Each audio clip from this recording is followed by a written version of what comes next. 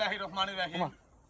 দেখেন প্রিয় দর্শক, আজকে আমি উপস্থিত হয়েছি আমাদের মানবিক টিমকে নিয়ে ইসলামপুর গ্রামে। এই ইসলামপুর গ্রামে কিন্তু অনেক শিল্পপতি আছেন, ব্যবসায়ী আছেন, যারা ঢাকা ব্যবসা করে নিজের এলাকায় বা ঢাকাতেও অনেক কিছু করেছেন। এগুলা কিন্তু মানুষ বলা বলি করে।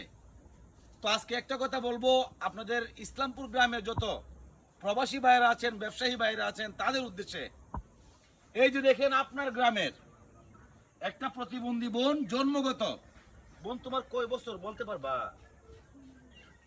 15 বছর। এই 15 বছর যাবত এই বোনটা কিন্তু একটা মুহূর্তের জন্য কোনোদিন হাইটা দেখতে পারছে না যে আমি ঘর থেকে বাইরে আসি। ভাই এমন একটা জীবন তার।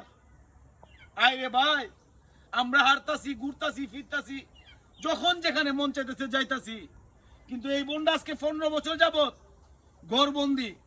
আল্লাহর খুশি আল্লাহ দিছে। আচ্ছা বোন, এখন তোমাদের কি সমস্যা? কেন আমাদেরকে ডাকছো? আমরা প্রবাসী ভাইয়ের থেকে সবাই থেকে সাহায্য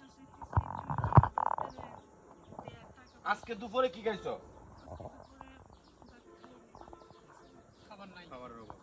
আল্লাহ, দেখেন আমার তহিদ ভাই এই কথাটা শোনার লগে লগে আমার আগেই দিয়ে দিছে। আমরা কিন্তু আইসেই জিজ্ঞেস করছি যে বোন তোমরা আজকে কি খাইছো?